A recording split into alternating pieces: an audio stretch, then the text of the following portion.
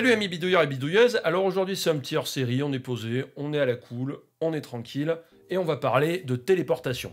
Parce que finalement, la téléportation, est-ce que c'est vraiment une bonne idée? À partir du moment où il y a au moins 2 personnes à un endroit et au moins 2 pintes de bière, la probabilité pour que certains sujets de discussion soient abordés est proche de 1. Parmi ces sujets, on peut citer existe-t-il de la vie ailleurs que sur Terre, un sujet aussi prisé par ceux qui dorment à la belle étoile et les fumeurs de joint. On a aussi le voyage dans le temps, les rêves chelous, et bien sûr, on a la téléportation. Plus particulièrement au moment de quitter la soirée, vers 3h du matin, sous le poids de la fatigue, le pote avec qui on était en train de discuter se met à dire « Ah, si seulement on pouvait se téléporter pour rentrer chez soi, ça serait quand même bien plus pratique !» Donc si on se projette à partir de cette phrase, si seulement on pouvait se téléporter, eh ben, déjà, on suppose que la téléportation est gratuite ou presque, parce qu'en général, celui qui dit ça roule pas sur l'or. Et ensuite, il dit « on », si seulement on pouvait se téléporter. Et ça, c'est important. Ça suppose que ça serait une démarche normale, à laquelle n'importe qui aurait accès, à la portée de tous. On en déduit donc que la téléportation serait, dans ce cas, accessible à monsieur tout le monde et vraiment pas cher, ou du moins abordable. Donc je vais rajouter un troisième postulat pour éviter que ça parte en vrille dans tous les sens, et qui me paraît assez logique, enfin pour peu qu'on parle de science-fiction quand même, c'est qu'il faut un dispositif d'arrivée. C'est-à-dire qu'en gros, on ne peut pas se téléporter à un endroit où il n'y a pas déjà de téléporteur présent. Il faut forcément un téléporteur à l'arrivée. Voilà, ça c'est pour éviter de partir dans des délires de voyage à travers la galaxie, se téléporter n'importe où, etc. Alors, on va prendre cette question au sérieux. Imaginez que nous sommes dans un monde où la téléportation est généralisée. C'est-à-dire que voilà, elle coûte quasiment rien, on peut se téléporter à volonté, tout le monde a un téléporteur chez soi, et que le monde a progressivement été recouvert par la couverture de téléportation, c'est-à-dire qu'on peut vraiment se téléporter dans beaucoup d'endroits. Et il faut pas oublier l'espace aussi. On peut supposer que la téléportation a permis l'explosion de la conquête spatiale, et qu'au bout d'une 50aine d'années, des bases humaines soient un petit peu partout dans le système solaire. Ici, je vais absolument pas parler de qu'est-ce que serait la téléportation théoriquement, comment ça fonctionnerait réellement, etc. Il y a déjà 1 milliard de vidéos sur le net. Non, moi j'en ai rien à foutre de savoir si ça marche ou pas, si ça existe ou pas. Je me pose juste la question, imaginons qu'on puisse se téléporter de partout, à volonté, juste en ayant un téléporteur à proximité, que ça ne nous coûte pas plus cher que d'envoyer un SMS par exemple. Voilà, imaginons ça, et je m'en fous de savoir si c'est réaliste, c'est pas réaliste, etc. On s'en fout. Vous allez voir pourquoi à la fin de la vidéo. Voilà, donc on y est, imaginez que les postulats aient fonctionné, que tout le monde utilise les téléporteurs comme ça. Est-ce que c'est bien? À quoi ressemble le monde? Comment vit-on? Eh bien, je vous propose une manière de voir les choses, et je vous invite à partager votre vision, si vous avez envie de délirer un petit peu, et d'imaginer une société qui soit basée sur la téléportation, et sur les 3 postulats que j'ai posés un peu arbitrairement au début. La téléportation abolit les distances, c'est-à-dire qu'on peut traverser des milliers de kilomètres instantanément. Ça veut dire que la téléportation rend n'importe quel espace, du sommet d'une montagne au centre-ville de Paris, sur le même plan. L'accessibilité d'un lieu n'est plus importante car tout est accessible et toutes les distances sont abolies. Donc on peut supposer que ça a pour effet de faire apparaître une nouvelle manière de gérer l'espace et son organisation. On a donc un réseau ou plusieurs réseaux de téléportation qui sont gérés par des entreprises qui font payer aux utilisateurs un forfait. Au début, tout se passe de manière assez simple. Les gens se téléportent au boulot, ils vont au magasin, ils se font livrer par téléportation. Mais bon, ça dure pas bien longtemps. La première chose qui se passe, c'est que les gens commencent à se dire que, au lieu d'aller dans le centre commercial du coin, pourquoi pas aller dans les meilleurs centres commerciaux du monde, quoi. Enfin, les trucs les plus réputés, dans les meilleures boutiques, là où c'est le moins cher, etc. Pareil pour les vacances, autant aller sur une île paradisiaque que de passer une semaine à, je sais pas moi, un coin paumé. Ouais, si je donne un coin paumé, il y a forcément des gens de ce coin paumé qui vont me dire que je suis un gros con. Bon, imaginez un coin paumé pour vous. Imaginez que, voilà, il vaut mieux aller sur une île paradisiaque que d'aller dans ce coin paumé pour les vacances, parce que c'est pas cher. Là, on peut directement se téléporter, je sais pas, sur une magnifique plage de sable blanc, avec des cocotiers, et voilà. Donc on peut imaginer ça pour les lieux connus, les îles, les capitales, les monuments, mais de manière plus large, ce qui se passe, c'est une demande progressive d'espace supplémentaire. En fait, l'immobilier s'effondre. En effet, pourquoi garder un 45 mètres carrés à Paris quand on peut avoir une maison dans le Gers et se téléporter en plein milieu de Paris? Très vite, tous les particuliers qui disposent de biens immobiliers de qualité, c'est-à-dire grands, avec une belle vue, rénovés, etc., se mettent à louer leur maison, bon, comme actuellement, sauf que là, ils se retrouvent en concurrence avec toutes les autres maisons de tous les autres pays. Puisque, bon, au final, on pourrait louer une maison dans le Gers, mais on peut aussi aller louer une maison, je sais pas moi, en Pologne, il n'y a pas de souci, on peut le faire aussi. Hein. Et donc, de ce concept-là, où au début, les gens louaient juste des maisons, des trucs comme ça, progressivement, ce concept se transforme et des boîtes commencent à proposer des lieux à la demande. C'est très simple, hein, on peut louer une pièce par exemple à la demande pour une entreprise ou pour fêter un anniversaire. Hein. Et ces pièces peuvent être n'importe où dans le monde, hein, on s'en fout, on s'y téléporte directement à l'intérieur. Ce système de location est très pratique et c'est pour ça qu'on commence à racheter massivement de l'immobilier et on fait construire là où c'est le moins cher des villes entières. Ces villes, hein, elles ne ressemblent pas du tout aux villes actuelles, hein. Il n'y a pas de rue, il n'y a pas de parc, c'est des sortes de hangars préfabriqués à perte de vue. Et ils sont constitués de modules de taille normée, hein, et ces modules, ils peuvent être assemblés entre eux. Par exemple, si on veut faire une pièce plus grande, eh ben, on va assembler 2 modules, et ça va faire une pièce 2 fois plus grande. On peut mettre des cloisons amovibles, etc. Donc on trouve aussi des modules spécialisés, hein, c'est-à-dire que par exemple, on a des modules de salle de bain, on a des modules de toilettes. Et donc quand on veut se téléporter, enfin quand on veut aller aux toilettes, on se téléporte directement dans les toilettes. Et c'est pour ça qu'on a des immeubles entiers de toilettes. En payant un forfait, on peut composer un logement à la carte. Au début, on peut imaginer par exemple que pour 200 €, on a un salon, une chambre et une salle de bain mutualisées. Et physiquement, les pièces peuvent être éparpillées d'un bout à l'autre de la planète, hein. On s'en fout, on se téléporte directement à l'intérieur. Le principe de la salle de bain mutualisée, hein, c'est un petit peu comme la salle de bain sur le palier, sauf que là, vous mutualisez la salle de bain avec d'autres familles ou d'autres personnes qui habitent dans d'autres endroits, vous ne les croisez jamais, parce que vous ne pouvez pas vous téléporter quand il y a quelqu'un dans la salle de bain.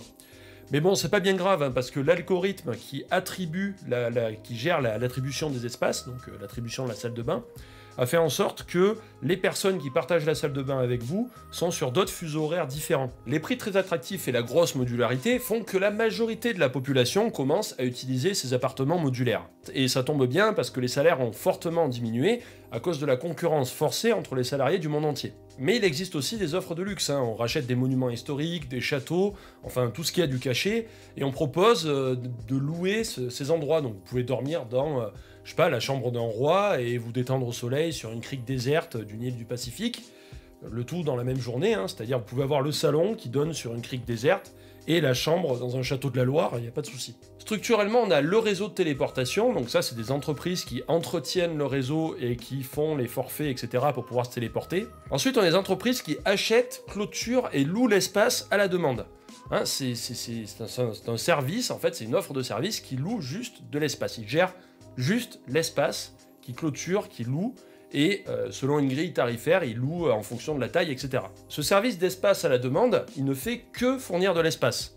On trouve ensuite des boîtes qui créent des offres de services dans ces espaces. Alors par exemple, si vous voulez monter un nouveau concept de bar, hein, vous louez 40 box modulaires de 200 mètres carrés, et si vous voulez que les fenêtres donnent sur une vue sympa plutôt que sur des écrans, vous payez plus cher en fonction de la vue demandée selon une grille d'évaluation. Si vous voulez rajouter un espace vert pour mettre une terrasse par exemple, là encore, hein, tout dépend si vous voulez l'espace vert directement accessible par téléporteur, ou si vous voulez que l'espace vert soit juste à côté de l'espace qui est loué, pour avoir un accès direct. A noter que vous n'avez pas besoin de louer de toilettes, hein, parce que les clients vont directement dans leur toilette. Donc voilà, c'est quand même assez pratique. Donc déjà, comme vous pouvez le constater, c'est une gestion de l'espace un petit peu bizarroïde. C'est-à-dire que vu que les distances sont abolies et que potentiellement on peut aller dans n'importe quel endroit dans le monde, on voit plus l'espace comme il faut me déplacer pour trouver une maison, un machin, on se téléporte directement dans l'espace où on veut aller. Je pense qu'une des premières conséquences de ça, ça serait ce système d'offres d'espace à la demande modulaire, etc. Ce nouveau bar qui vient se créer utilise un service qui vient d'une autre entreprise pour trouver de la clientèle. Alors, l'idée, c'est qu'on va adapter le bar au profil de la clientèle ciblée. Comme actuellement, vous avez des bars avec des ambiances différentes, hein, et bien là, on va carrément utiliser des algorithmes pour faire en sorte que le bar correspond le plus possible au goût d'un type de clientèle en particulier. Donc c'est un espèce de service de profilage, je vais l'expliquer juste après. Et ce service de profilage, il va encore plus loin, c'est-à-dire qu'il va cibler les personnes qui correspondent au profil de clientèle type qu'on a établi pour le bar pour faire de la publicité tout simplement, c'est-à-dire pour attirer des gens dans le bar. Et ce qui est intéressant, c'est qu'il va autoriser la venue dans le bar que de ce type de clientèle-là. En gros, hein, c'est comme les videurs à l'entrée des clubs privés, hein, les physionomistes, etc. Mais là, c'est encore plus poussé.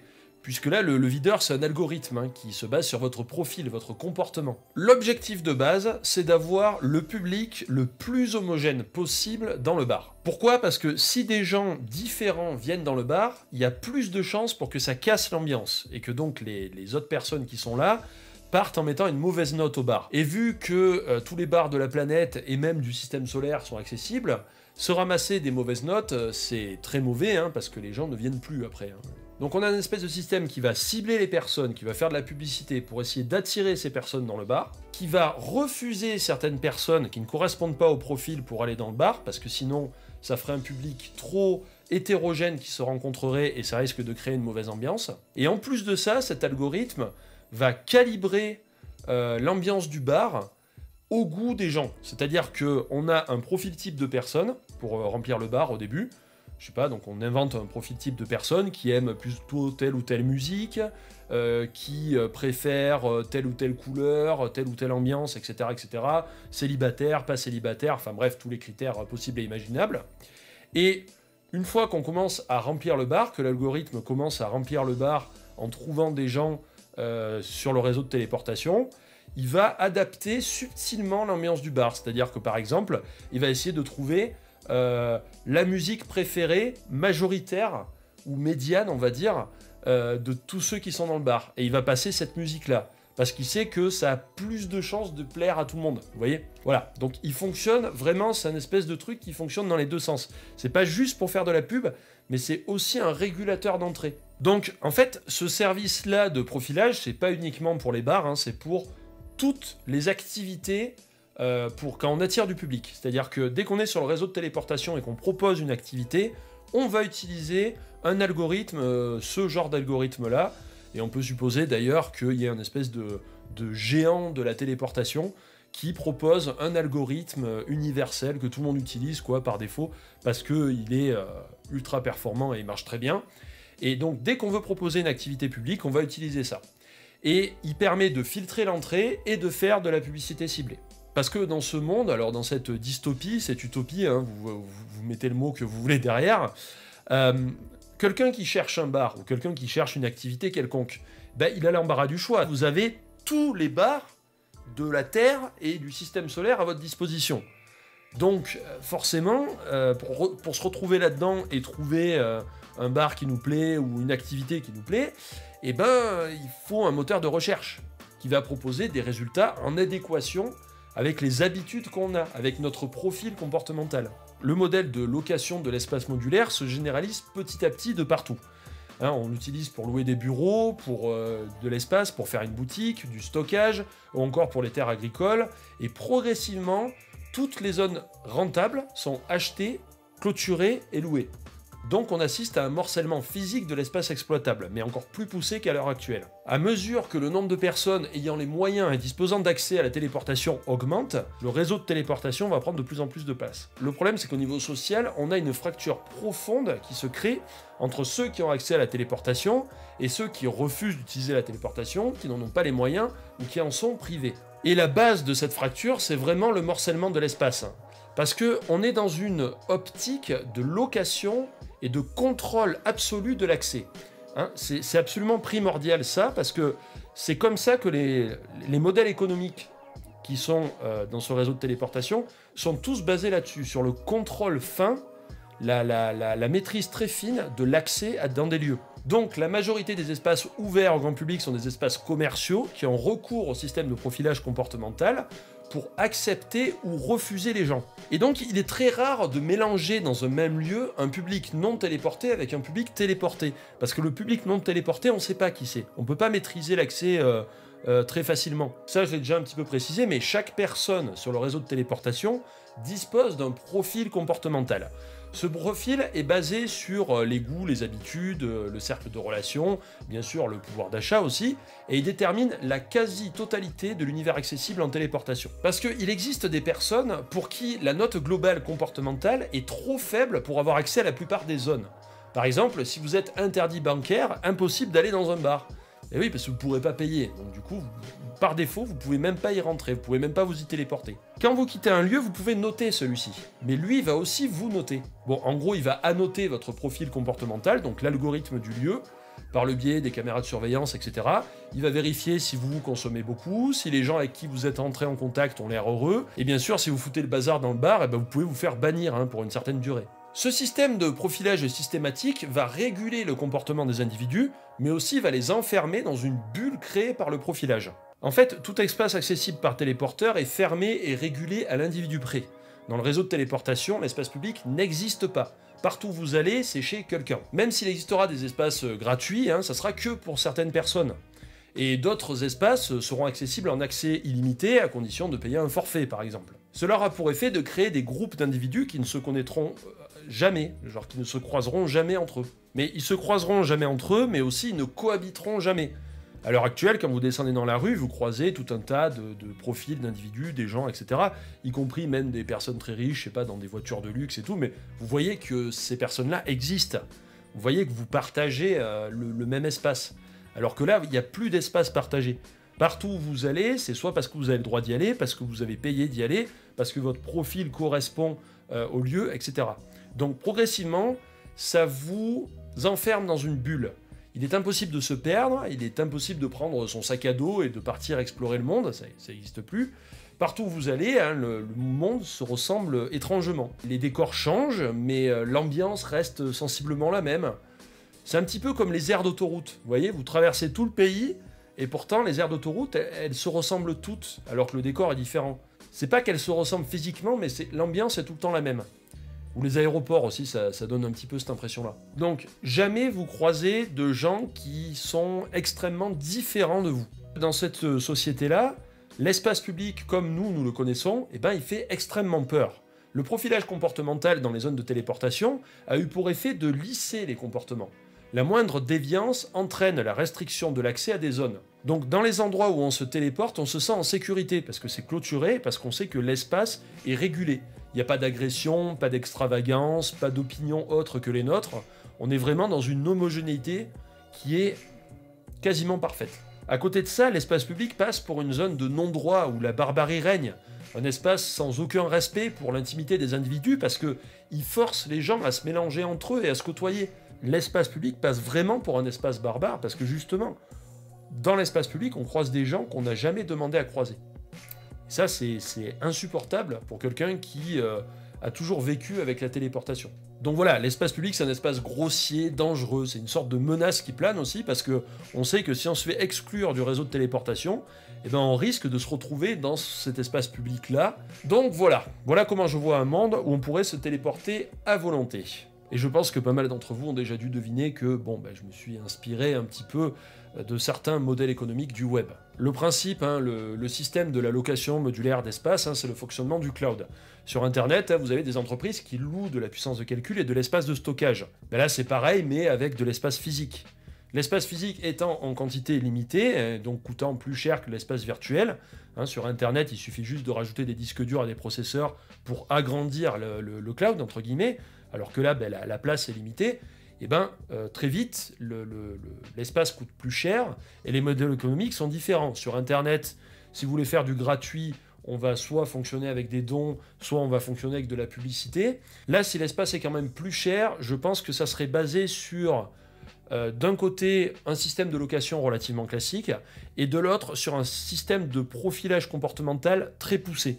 C'est-à-dire, en gros, par exemple, on va essayer de faire venir dans des lieux de consommation des gens dont on sait qu'ils ont l'habitude de consommer beaucoup. Voilà, on va essayer d'attirer ces gens-là, etc. Donc, le profilage est encore plus présent, à mon sens, sur le réseau de téléportation que sur Internet.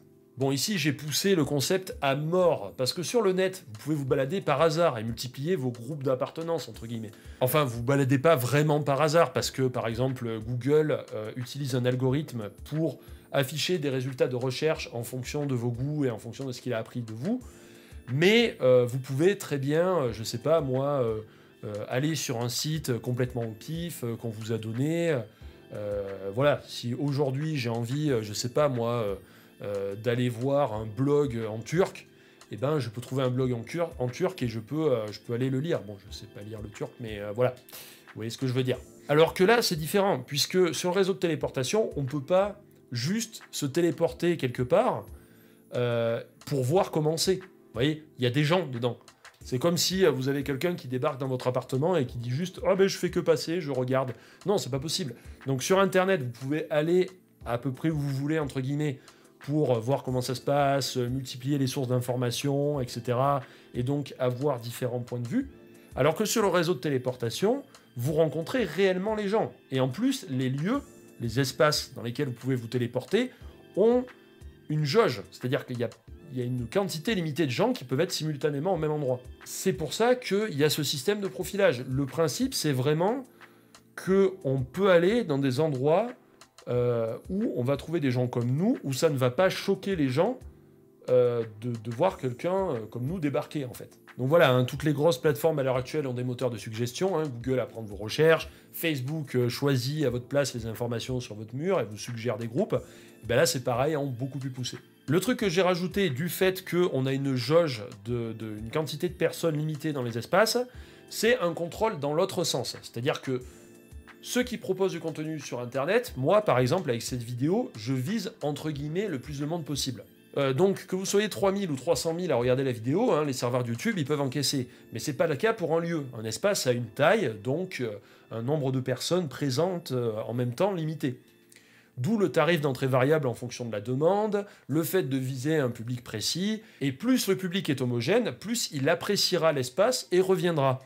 Alors, je pars de ce postulat parce que les gens auront l'habitude de l'homogénéité extrême. C'est pas le cas à ce point actuellement. Enfin, j'espère. Et donc, on en arrive au but de cette vidéo, c'est que ce que je viens d'expliquer, eh ben, c'est un petit peu un paradoxe. Parce que la téléportation, finalement, hein, elle abolit les distances, et donc elle permettrait à tous les humains de se rencontrer. Et d'ailleurs, il y a une théorie pour ça. Ça s'appelle le village global.